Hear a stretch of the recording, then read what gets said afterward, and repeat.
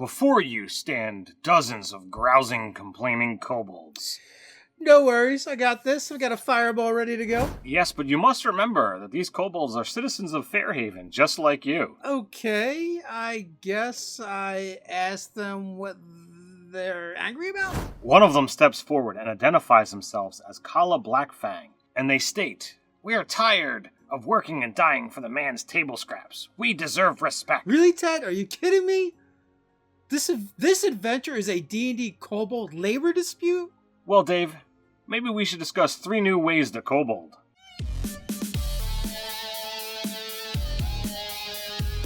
Welcome to Nerdarchy. For nerds, by nerds, I'm Nerdarchy Steve, and as usual, I'm joined by this nerd. Nerdarchy Ted. Hey, if you want more D&D kobold videos, you're going to need to hit that subscribe button. And don't let those Nerdarchy videos sneak by. You want to snare them in a trap by hitting that notification bell.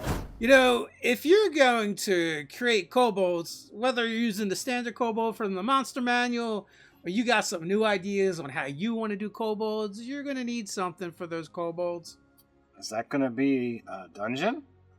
It could be a dungeon or some other lair. It doesn't even matter which, because with our sponsor, Dungeon Fog, you could create a dungeon, caverns, sewers, cities, towns, world maps. It doesn't matter. Wherever you need to put your kobolds, you can build that place in Dungeon Fog. It's a great resource. It's fun to use. I love building my maps over in Dungeon Fog. I don't know how I ever built maps before without it.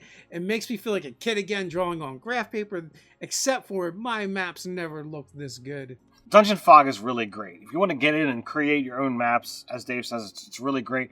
But if you don't feel all that experience and that you don't want to start from scratch, they've got ready-made maps that you can go in and use right off the bat, or take those and use those as your blueprint and start building from there. There's a lot of great resources on Dungeon Fog. You gotta check it out. And not only that, you can try it out for free. There is a free license that you can use and just go in there and play with the functionality. See if you like it. If you like it, you can upgrade it to a subscription. And if you want to use these maps and put them in products on the DM's Guild or some other place, there's a commercial license. So you have options and choices. Just like when you're using kobolds in your world, you can have options and choices as well. There's going to be a link down in the description. Let's jump into it then. Should we change D&D monsters, races, and other D&D tropes? Well, I absolutely have to say yes. I mean, having gamed for years, we've seen just about everything that falls into that standard, D&D race, standard D&D trope. And, it's always fun to see something new, to try something new. And it's a great way to make a campaign world unique by turning something on its heels, turning something on its head and saying, all right, in my world, this race is this way, and no other campaign world is doing it like this. We've already done goblins, and we've already done orcs, and we kind of addressed that a little bit in those videos. So, you can go check those out. And also, we had a lot of fun making them, and people seem to really enjoy them. So we figured, let's do some kobolds. So we got 3 new ways to kobold. And first off, we're going to start with one that I've actually used in my games, and one of the adventuring parties that Ted was playing in actually ran into this one. And this is new way to kobold number 1, Arborio kobolds. So if you imagine things like the sugar gliders that have that flap of skin, from their their arms to their waist or their arms to their knees, they can stretch it out and be able to glide upon these not quite wings, but these skin flaps. It's really cool. You've got this race that, they're small and nimble already. So why not have them climbing up into trees and gliding from tree to tree as opposed to coming down where all the mean, nasty, evil things live that are going to try and eat them? Now, these might still be kind of more primitive kobolds than even the ones you're used to.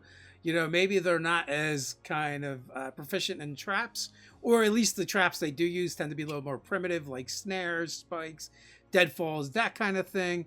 They do have the ability to glide. You would find them in dark forests or dark primordial forests or jungles, where, the sun doesn't really work its way through the canopy because, they're still kobolds, so they don't like the light as much. And I totally did, the Ewok village in the trees when they encountered these kobolds. It was just a different way, it wasn't a combat encounter. It was a place for them to actually rest and kind of absorb a different culture from these kobolds. If you really wanted to, kind of take that Ewok-esque, battle or, that environment, you could remove the sunlight sensitivity from them. As a race, the kobold doesn't really get a whole lot, so you could remove, the proficiency with traps and remove the deficit of sunlight sensitivity, and that kind of, gives a balancing factor, in my opinion. But you don't necessarily have to. If you've got that dense canopy, you could absolutely, have some fun with it.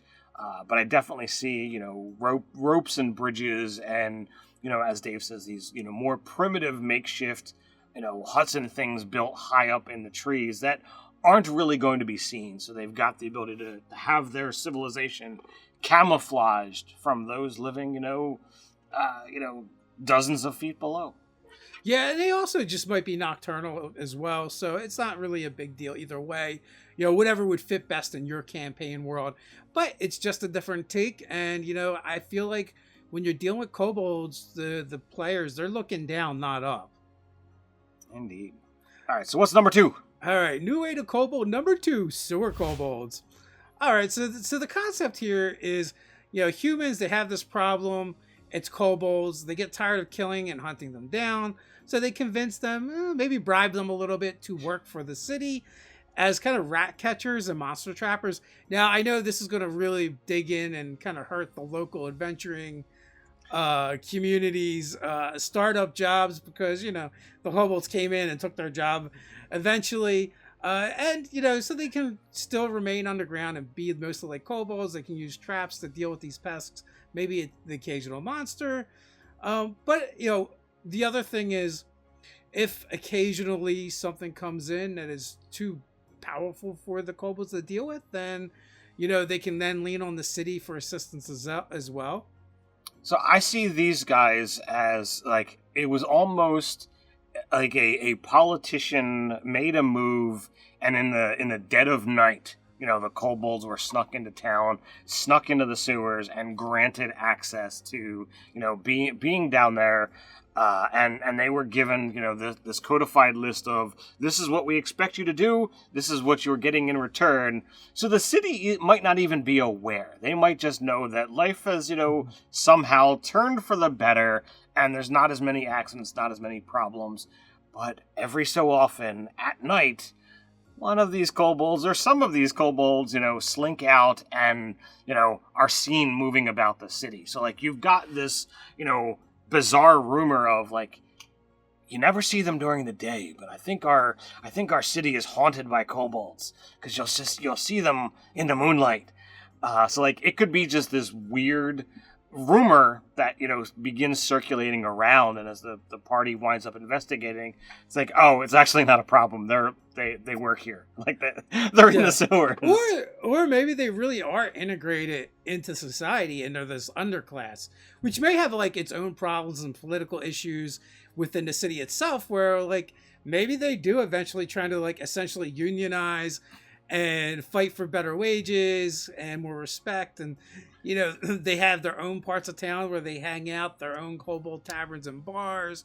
Maybe it's a problem when they go to the other places, the upper more echelons and the more, hoity-toity areas of town, because, well, one, they live in the sewers and hang out in the sewers all day, not appealing, and two, they're kobolds. But all, the city just found it was much cheaper and easier to bribe them than keep fighting and killing them.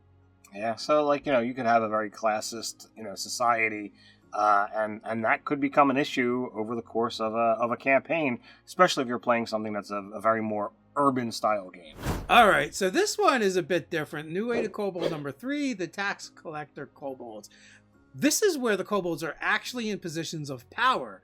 The region is ruled by a dragon. It came in, centuries ago, took over, killed anyone that, it had needed killing. And it's like, look, you guys go and do what you do. I don't really care. You pay your taxes, pay your tithes to me. I'll do the ruler things, most of which they push off on the kobolds to deal with and handle with.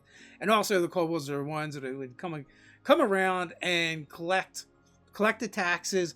I see these kobolds as being a lot more sophisticated and better educated and more civilized than the kobolds you might normally deal with.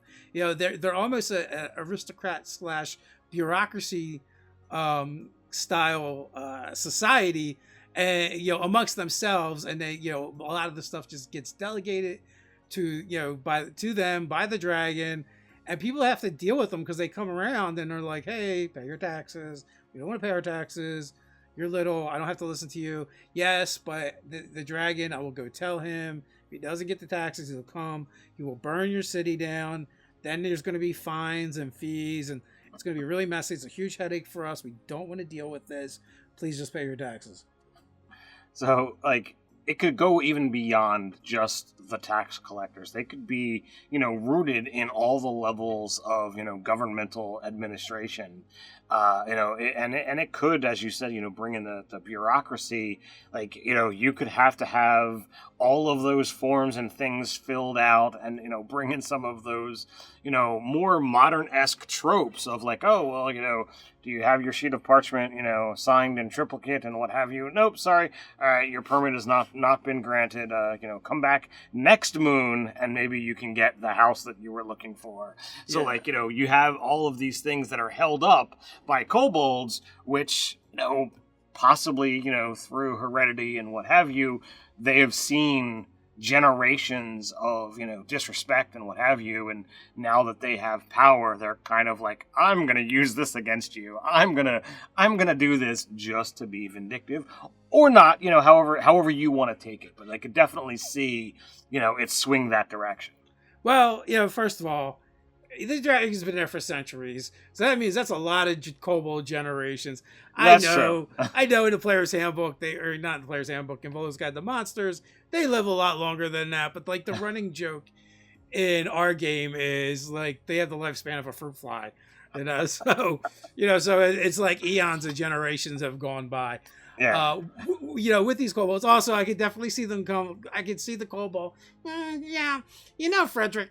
Looking at your house, that looks like a new outhouse you got there. I think we're gonna have to reassess. I think the value has gone up. Therefore, we're gonna have to reassess your taxes, and we gotta make sure the boss gets the rightful amount of taxes. We don't want to short the boss, do we?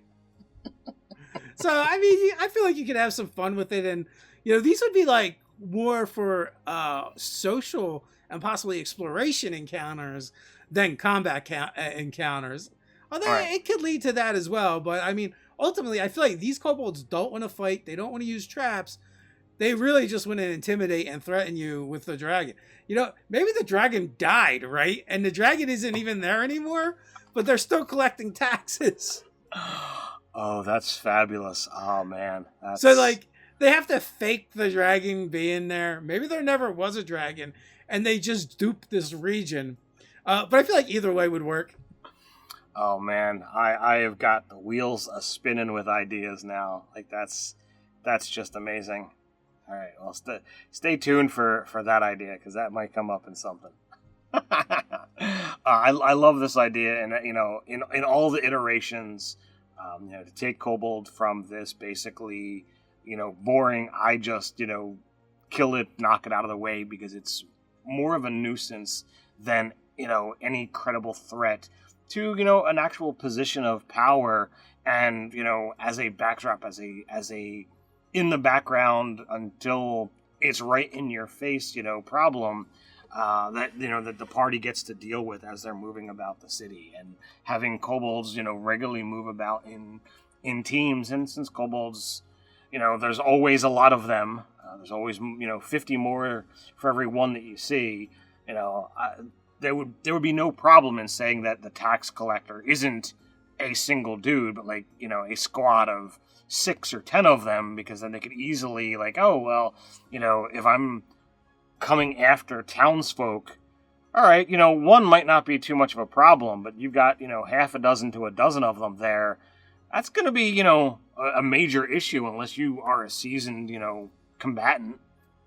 So they could definitely get their taxes. They could definitely get their taxes. Although I do prefer one shows up to do the job, or a very small team to do the job, really, like, they're not there to fight. The threat of a dragon being there should be enough. Or maybe three kobolds in a trench coat. I don't know. 3 kobolds in a trench coat. Do you want to hear us talk more about kobolds? Then how about check out this one? What does your race say about you playing a kobold in D&D? Need more Nerdarchy in your life? Then head on over to Patreon, where we are creating 5e content for players and DMs alike every month. But that's not all we do. We do patron-only live chats every week, monthly giveaways that our patrons are automatically entered in, and more. So until next time, stay nerdy.